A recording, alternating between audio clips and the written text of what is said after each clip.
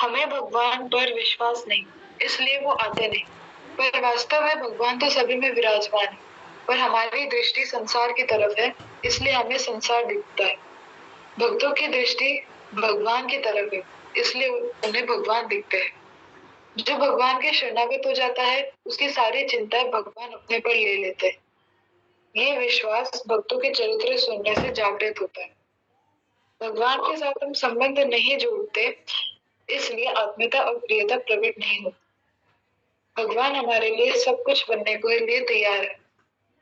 पर महाराज जी, आप एक कहानी बताने वाले थे कि किस प्रकार भगवान अपने भक्त के लिए चेले बन गए थे। और ठीक है, वो कहानी बताते हैं। वो एक महात्मा जी थे जो अयोध्या में भगवान का मंदिर है, तो वहां पर आकर के और पुजारी जी से कहने लगे कि अपने गले से माला उतार के बोले ये रामलला को पहना दो। तो पुजारी जी बोले ये आपके गले में पहनी हुई, ये भगवान को नहीं पहनाई जा सकती, उनके लिए तो ताजी माला लानी पड़ती है जो बिल्कुल पवित्रता से, और फिर पहनाते हैं, आपके तो गले में पहनी हुई है। तो बोले वो मेरा चेला है, इसलिए गुरु प्रसादी है, इसलिए उनको पहना दो। तो पुजारी जी नाराज हो गए। तो एक दूसरे पुजारी जी और खड़े थे, उन्होंने कहा कि ठीक है, हम पहना तो सकते हैं, हम आपको बोलते हैं आप अंदर आ जाओ गर्भगृह में, और भगवान को ये माला आप सामने करो, वो अगर भगवान सिर झुका देंगे तो आप पहना देना। तो बोले ठीक है। वो आ गए अंदर, अंदर आकर के और भगवान के सामने माला अपने गले से उतार के बोले लो रामलला, ये गुरु प्रसादी। तो भगवान का विग्रह ऐसे झुक गया। तो सारे के सारे एकदम आश्चर्यचकित हो गए पुजारी, और उनके चरणों में गिरने लगे कि अरे हमको आप क्षमा कर दीजिए, हमको नहीं पता था कि आपकी इतनी दृढ़ भक्ति है। तो ये भगवान है ना, वो आप उनको बेटा बना लो, आप उनको बाप बना लो, आप उनको मित्र बना लो, आप उनको गुरु बना लो, आप उनको चेला बना लो। मीराबाई ने पति बना लिया, गोपियों ने अपने पति प्रियतम बना लिए, भगवान सब कुछ बनने को तैयार है।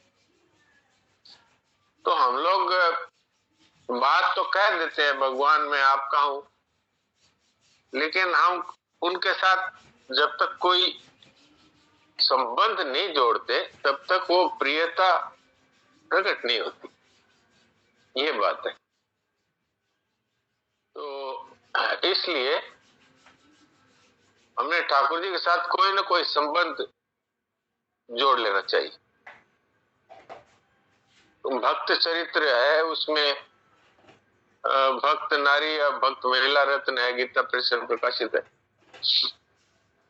उसमें एक लीला थी जिसका नाम लीला था, वो भगवान की बहन बनी हुई थी, तो भगवान उसके लिए भाई के रूप में आए, और नरसिंह जी का मायरा भरने आए थे। अब वो मानते थे हमारे स्वामी हैं और ये बच्ची उन्हीं की है, इनका मायरा वही भरेगी। तो हमें इस बात का अभी पूरा विश्वास नहीं है कि भगवान है वो हमारे क्या है, तो न हम उस तरह मानते हैं। अगर माने तो भगवान तो तैयार है, भगवान ने तो साफ घोषणा की है गीता जी में, ये था माम प्रपद्यन्ते तांस्तथैव भजाम्यहम्। कोई मुझको जिस तरह से भजता है मैं उसको उसी तरह भजता हूँ। भजता हूँ का तात्पर्य यह है कि अगर वो मुझे बेटा बनाना चाहता है तो मैं बेटा बन जाता हूँ, अगर वो मुझे पिता बनाना चाहते तो पिता बन जाता हूँ, सखा बनाना चाहते सखा बन जाता हूँ, सनाजी महाराज तो कहते थे हमारे ठाकुर हमारे मित्र है, सखा है हमारे, तो भगवान तो तैयार है। तो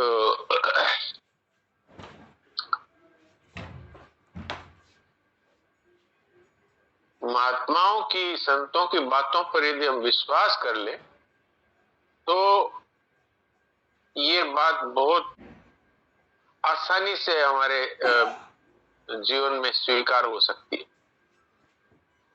आप देखिए भगवान अर्जुन को कहते हैं, अर्जुन के साथ ऐसी मित्रता थी, वैसे तो मामा बुआ के भाई थे वैसे भी, और मित्रता ऐसी थी कि एक साथ भोजन करते, एक साथ ही बिस्तर पे, एक ही बिस्तर पे सो जाते, और आपस में धक्का धुमस भी चलती थी कि इतनी जगह तुमने घेर ली, तो जोर से ऐसे धक्का दिया तो ठाकुर जी नीचे फिर उठ करके ऊपर आते। यानी इस तरह की एक प्रियता थी। और ये जब स्तुति करते हैं ना, जब विश्व रूप दिखाया तब स्तुति करते हैं अर्जुन, तब अर्जुन को यह बात महसूस होती है कि अरे ये तो त्रिलोकी के महान ईश्वर है और मैंने इनको कहां कहां अपमानित किया। तो वो नित्य स्तुति में महाराज जी ने वो श्लोक भी लिए है, विहार सय्यासन भोजनेषु, सखाओं के सामने मैंने आपका अपमान किया, चलते चलते अटंगी लगा दी और सैया पे सोए हुए थे तो कह दिया उधर सरक। भोजनेषु तो थाली परोसी हुई है, ठाकुर जी को खुद ही ले ली, बोले पहले मैं भोजन करूंगा। तो अब वो जब विश्व रूप देख करके वो क्या बोलते हैं आप देखिए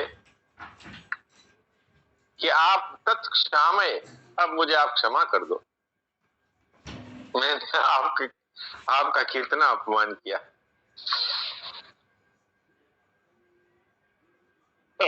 भगवान को तो ये सब प्यारा लगता है, लेकिन अर्जुन ने सोचा कि देखो मैंने क्या क्या किया।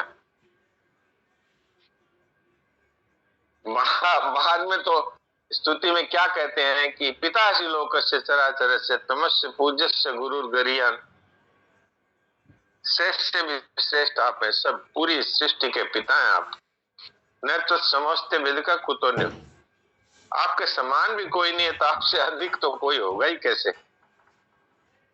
और सखेति मत्वा प्रसभम यदुक्तम, हे कृष्ण हे यादव हे सखेति, मैंने तो आपको सखा मात्र मान करके और प्रेम पूर्वक बिना सोचे समझे आपको हे सखा हे यादव हे कृष्ण ऐसे कह दिया।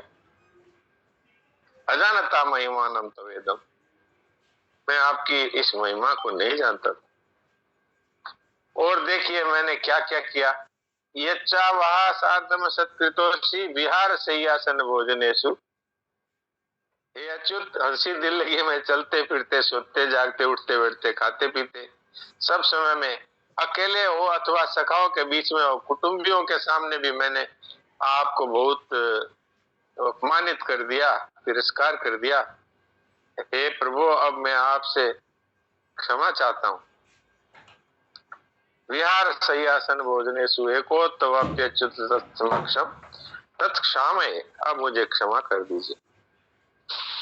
तो ऐसे हैं भगवान, त्रिलोकी के महान ईश्वर होते हुए भी। और आपने तो सुना ही है रस खान जी की, चचिया मेरी छाछ पे नाच नचावे, शेष महेश सुरेश दिनेश निरंतर जाओ निरंतर ध्यावे, कुछ ऐसा है। तो ताई अहीर की चोरिया चचिया मेरी छाछ पे नाच नचावे। सब देवता लोग देखते हैं कि देखो हमारे ठाकुर जी,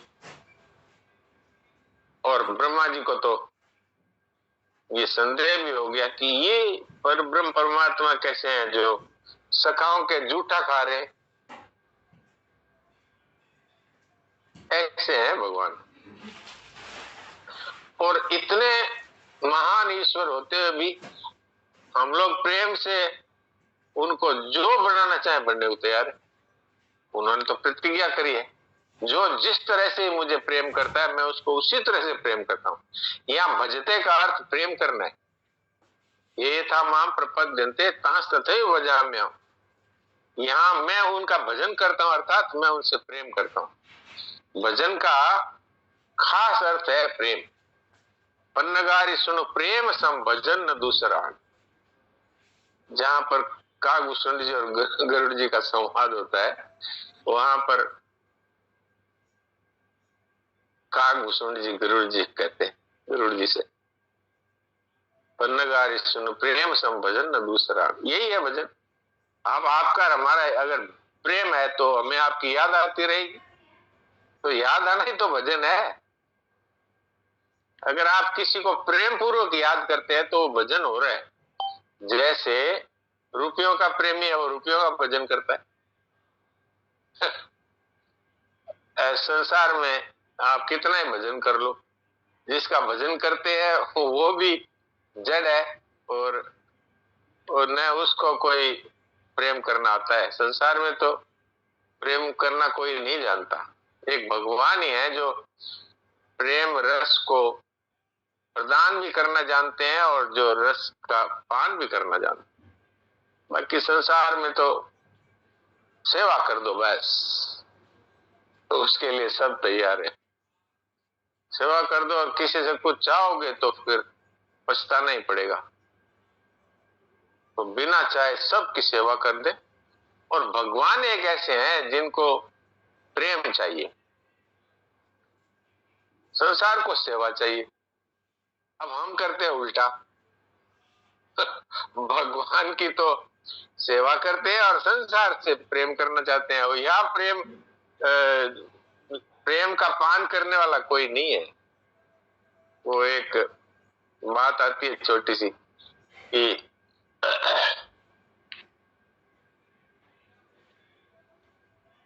एक पति ने सोचा मैं पत्नी को प्रसन्न कर दूं, तो वो बैठ गया माला लेकर के। तो पत्नी ने थोड़ी देर तो देखा, बाद में पूछा किसकी माला फेर रहे हो? बोले मैं तो तुम्हारे नाम की माला फेर रहा हूं। तो बोले क्यों? बोले मैं तुमसे बहुत प्रेम करता हूं। तो कई देर देख करके फिर वो बोली कि आज आप ऑफिस नहीं जा रहे हो? बोले मैं तो बस तुम्हारे नाम की माला जप रहा हूं। तो उसने कहा कि ये माला तो छोड़ो और जाओ कुछ कमा करके लाओ, यहाँ पर खाली माला जपने से कुछ होगा नहीं। लेकिन भगवान तो खाली नाम लेने से ही प्रसन्न हो जाते हैं। क्यों? ये उनके पास किसी चीज की कमी नहीं है, पूर्ण काम में।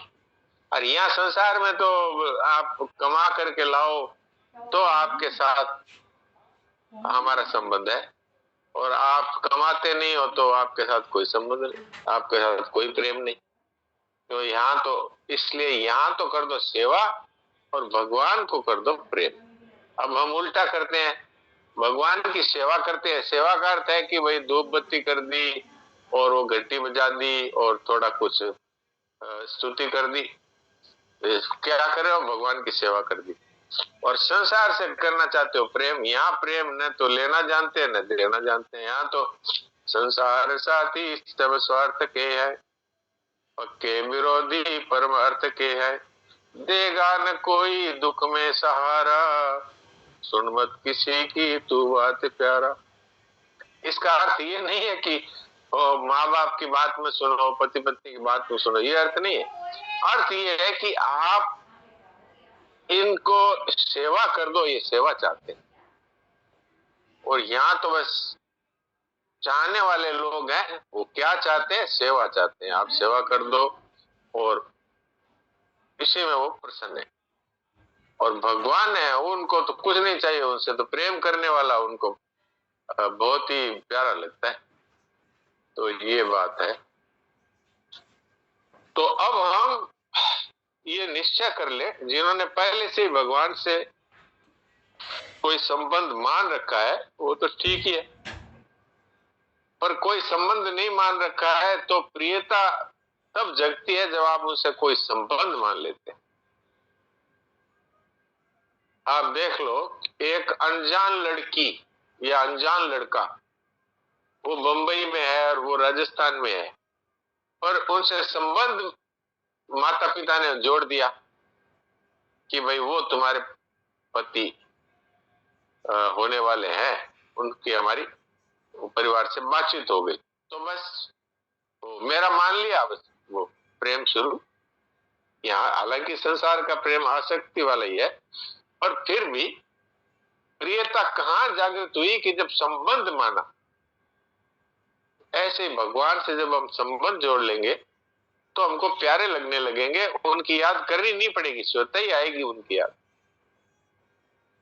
ये बात है। तो आज सत्संग प्रातःकाल का सुनाने की बात है, तो जयेश भाई सुनाएंगे और फिर उस पे अगर जितना समय होगा हम बातचीत करेंगे। वैसे अभी ये सत्संग की बात चला। राम राम, प्रणाम के साथ गीता जी का अभ्यास। हाँ, पहले गीता जी का अभ्यास, उसके बाद की बात है। पहले तो गीता जी का अभ्यास ही करेंगे। आज 40वां श्लोक है। तो जिनके पास गीता जी अर्थ सहित है वो लेकर के बैठे, प्रबोधिनी हो प्रबोधिनी लेके बैठे। मेरे पास ये प्रबोधिनी है तो मैं इसी में से पढ़ता हूँ और इसी में से बोलता हूँ।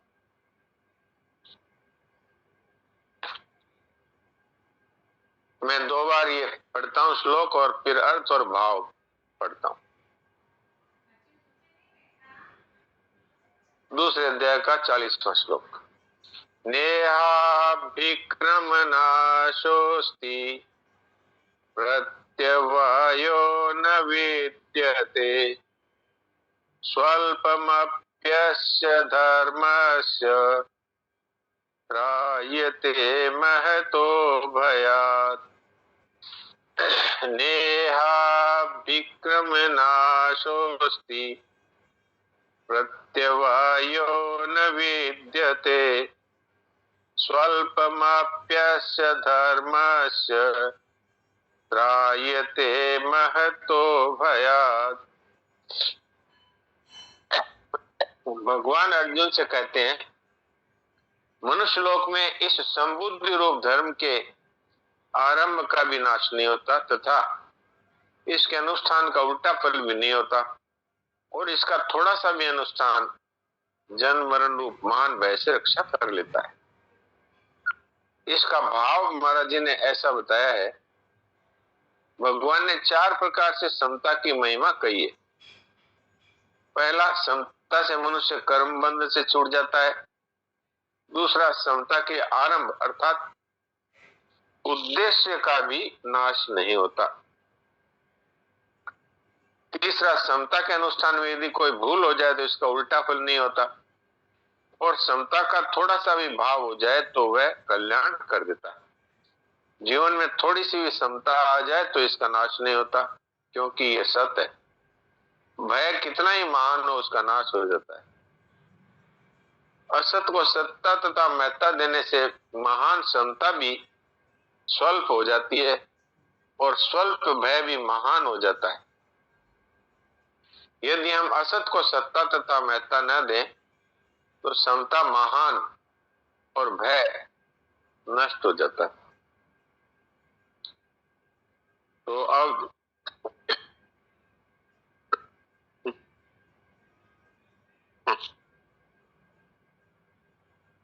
जो पाठ करना चाहे वो हाथ खड़ा कर दें, तो फिर मैं उनमें से कुछ को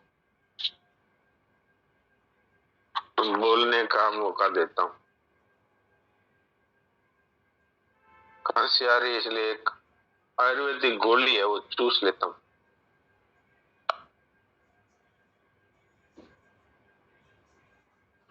डॉक्टर साहब प्रणाम। प्रणाम। खाली एक वाक्य पूछना था। हाँ बोलिए बोलिए। अभी जो आपने व्याख्या में पढ़ा ना, हाँ, कि जीवन में थोड़ी सी समता आ जाए तो उसका नाश नहीं होता, ये बात तो यहाँ आ गई। लेकिन उसके नीचे है कि असत को सत्ता महत्ता देने से महान सत्ता भी स्वल्प हो जाती है, ये कैसे? क्योंकि एक बार तो जितना हो गई वो घटती नहीं।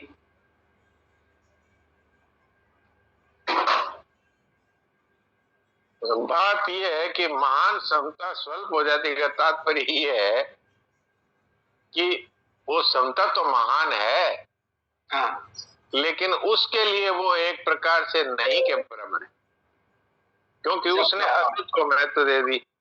हाँ हाँ ये है, ये ऐसा नहीं है कि हमारे जीवन में समता आ गई तो फिर वो कम हो जाएगी, ऐसा नहीं है। या तो होती है या नहीं होती है।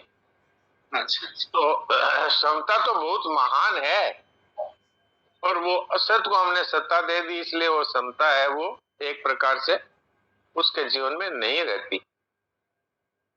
ये मुझे तो समझ में आया। बाकी तो मैं तो ये मानता हूं कि समता है वो तो ब्रह्म का स्वरूप है, हाँ वही वही, उसमें तो घटना बढ़ना होता नहीं। क्योंकि समता, अकर्म, आत्मा, भगवान, ये आप नीचे देखिए, स्वल्प का एक ब्रैकेट में नष्ट लिखा है, आप देखिए इसी में। हाँ हाँ इसके नीचे तो यहाँ पर नष्ट ही मान लेना चाहिए।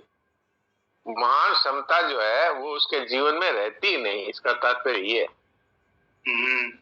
असत को सत्ता दे दी तो समता इतनी महान है, पर फिर भी वो नहीं के बराबर हो गई। जी बिल्कुल, यही अर्थ समझना चाहिए इसका। हाँ जैसे विवेक दब जाता है विषयों के प्रवाह से, वैसे समता जो है इसके वजह से दब जाती है। हाँ, उसके जीवन में नहीं रहती, बाकी समता का तो नाश होता ही नहीं। नहीं, वो तो अपने आप स्वरूप सर्वव्यापक है। जी हाँ जी जी, मुझे तो यही अर्थ मालूम पड़ता है। नहीं ठीक है ठीक है, हाँ पाठ करें बहन भाई लोग, पाठ करें।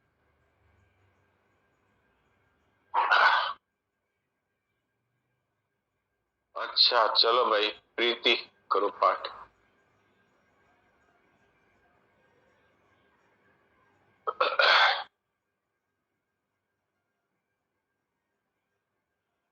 मैंने तो प्रीति को अनम्यूट का ऑप्शन दिया था।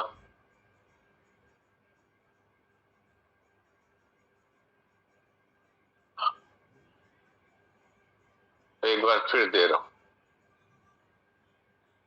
हाँ प्रीति जी, नारायण नारायण जी का प्रणाम करेंगे। प्रणाम। नेहाभिकं नाशोऽस्ति प्रत्यवायो न विद्यते स्वल्पमप्यस्य धर्मस्य त्रायते महतो भयात्। हाँ ठीक है, आपका अच्छा है।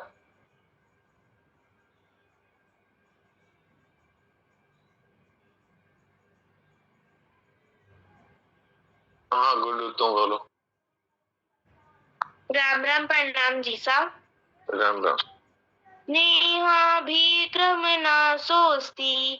प्रत्यवायो न विद्यते स्वल्पमेव पश्य धर्मस्य त्रायते महतो भयात्। नारायण नारायण। हाँ लेकिन ये स्वल्प मप्यस्य, ये पै तुमने पूरा बोल दिया, मप्यस्य बोल दिया। ये मप्यस्य है, मैं पश्य, पश्य नहीं, मैं प्यस्य। हाँ स्वल्प मैं प्यस्य। राम प्रणाम जी सब। हाँ बोलिए।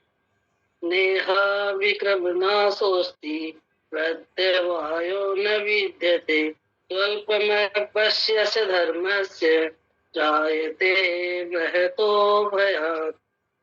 आप भी स्वल्प मप्य नहीं बोल पा रहे, स्वल्प मप्यस्य ही बोलते हैं। मैं पश्य से, मैं प्यस्य, मैं पश्य। हाँ ऐसा बोलना है, ठीक है। प्रणय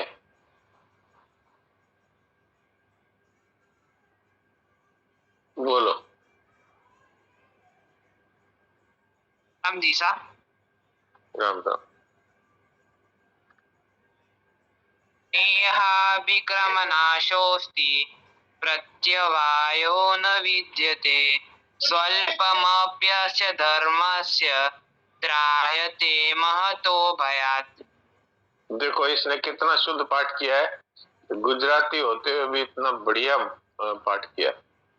वाह, बहुत अच्छा, कहीं गलती नहीं थी इसके उच्चारण में। सुलोचना। प्रणाम महाराज जी। प्रणाम। नेहाभिकर्मणाशोषित प्रयते वायु न विधते तलम्पमप्यस्य तेस्य धर्मस्य त्रायते महतो भयात्। अच्छा, आप ये बताइए कि जो सत्संग रूप में डालते हैं श्लोक, वो आप पढ़ते हैं कि नहीं उसके साथ साथ? आपसे पूछ रहा हूँ सुलोचना। नहीं पढ़ती महाराज। क्यों जी? देखती नहीं। क्यों नहीं पढ़ते? क्या आपके मोबाइल में वो श्लोक नहीं आता है? आता है। तो फिर आप पढ़ते क्यों नहीं? और फिर इसीलिए अशुद्ध पाठ करते हो। वो 3-3 बार वो श्लोक बोलती हैं और जयेश भाई उसको रोजाना डालते हैं और उसमें प्रार्थना भी करते हैं कि भाई इसका अभ्यास करिए। तो आप, इसका मतलब आप शुद्ध पाठ करने में आपकी रुचि नहीं है, यही तो हुआ ना। हम रोजाना कितना, तो रुचि होती तो आप रुचि होती तो आप उसके साथ पाठ करते ना। अगर रुचि होती तो आप जरूर उसका पाठ करते उसके साथ। वहाँ वो जो इसके पंडित हैं जो पाठ कर रही है ना, वो गीता का लोगों को गीता पढ़ाती है, इतना शुद्ध उसका उच्चारण है और उसके अंदर श्लोकों को भी अच्छी तरह से उनके जो पद है उनको तोड़ तोड़ करके लिखा हुआ है ताकि आप अच्छी तरह से पाठ कर पाए। तो आप मैसेज बहुत रहते हैं उसमें, तो कभी दिखता ही नहीं है। वो मैसेज बहुत रहते हैं। नहीं, मैसेज कुछ नहीं है उसमें, काहे के मैसेज है? वो तो सीधा साधा है, आपको वो श्लोक दिया हुआ है और कोई मैसेज नहीं है। नहीं, ये सत्संग ग्रुप में वो तो एकदम अलग से आता है, सभी लोग उसको जो भी ये पाठ करने वाले हैं ये उसमें पढ़ते हैं। आपको नहीं समझ में आता था, बच्चों से निकलवा लो कभी इसमें से वो श्लोक मेरे को निकाल दो और फिर उनसे ही आप चलवा लो और फिर उसको 3 बार 4 बार उसी से पाठ करो। भाई आप खुद अगर कोशिश नहीं करेंगे तो हम आपको कितने दिन तक रोजाना इस तरह से बोलते रहेंगे। आज तो अपने को तो समझो कितने दिन हो गए, 40 श्लोक तो ये हो गए और 47 श्लोक पहले अध्याय के हो गए, 87 श्लोक हो गए। 87 दिनों से हम लोग रोजाना ये पढ़ रहे हैं लगभग। तो फिर अभी तक अगर सुधार नहीं हुआ तो कब होगा? तो इसलिए आप उसको रोजाना पढ़ा करें और अब फिर भूल ना करें तो बहुत अच्छा है। ठीक है, आज के लिए बस इतना ही है और अब ज्यादा समय तो बचा नहीं है। आज मैंने ही ज्यादा समय ले लिया पहले। अब 2-1 मिनट बचे हैं तो हम थोड़ी देर के लिए सब अचिंत्य होकर के मूक सत्संग करें।